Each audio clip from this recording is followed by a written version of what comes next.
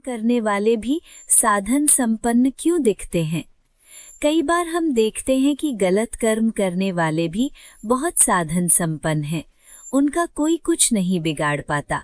वे पिछले जन्म में अतिरिक्त संचित कर्मों के कारण मिले सुख को भोग रहे हैं, लेकिन साथ ही तेजी से अपने पतन का मार्ग भी तैयार कर रहे हैं।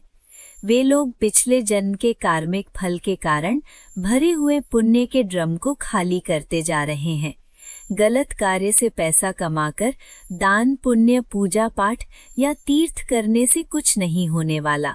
ये केवल अपने मन को झूठा आश्वासन देना है।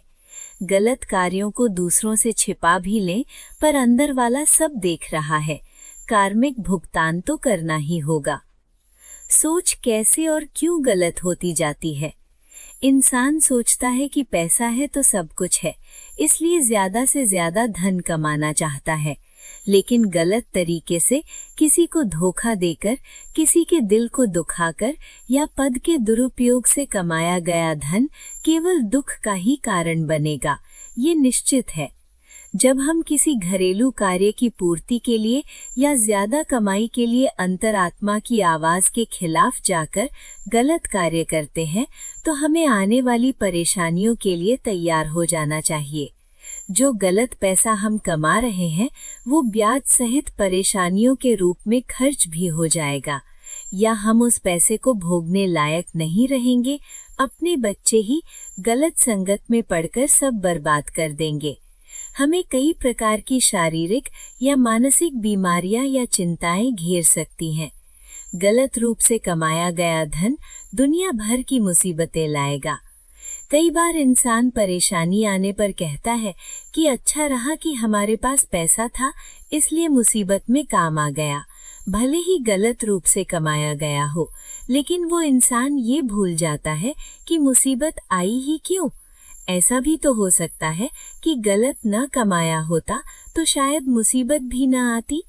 आने वाली मुसीबत भी तो कार्मिक फलों का परिणाम है। कर्म फल की ये किताब केवल गलत कमाई तक ही सीमित नहीं है। अगर हम जानते बूझते पैसे या पावर के घमंड में रहते हुए किसी का दिल दुखाते हैं या उसका अपमान करते हैं या अपना गुस्सा किसी और पर उतारते हैं, तो दूसरों से भी हमें दुख, अपमान, गुस्सा ही मिलेगा। जैसे दुआ असर करती है, वैसे ही मजबूर, गरीब या कमजोर की बद्दुआ भी उतना ही असर करती है। गलत करने से अपने आप को कैसे बचाएं? हम कहते हैं कि क्या अच्छा है क्या बुरा है, हमें कैसे पता लगेगा? ऊपर वाले की शक्ति जितनी बाहर है उतनी ही हमारे अंदर भी है।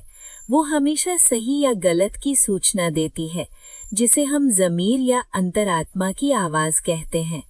अगर हम उस आवाज को सुन पाते हैं तो हमारा लगभग कोई कर्म गलत नहीं हो सकता। जब कर्म अच्छा होगा तो इस जीवन में परेशानियां भी न के बराबर आएंगी, पर हम अनजाने में उस आवाज को अनसुना कर देते हैं। यहीं से परेशानियों का दौर शुरू हो जाता है। अगर हम अंतरात्मा की आवाज पर चलें तो जिस भी जरूरत के लिए गलत कार्य या गलत कमाई कर रहे हैं, वो जरूरत ऊपर वाले की कृपा से अपने आप पूरी हो जाएगी। फिर हम पाएंगे कि हमारे कामों की जिम्मेदारी ऊपर वाला अपने हाथों में ले लेता है और किसी भी कार्य में परेशानी नहीं आने देता।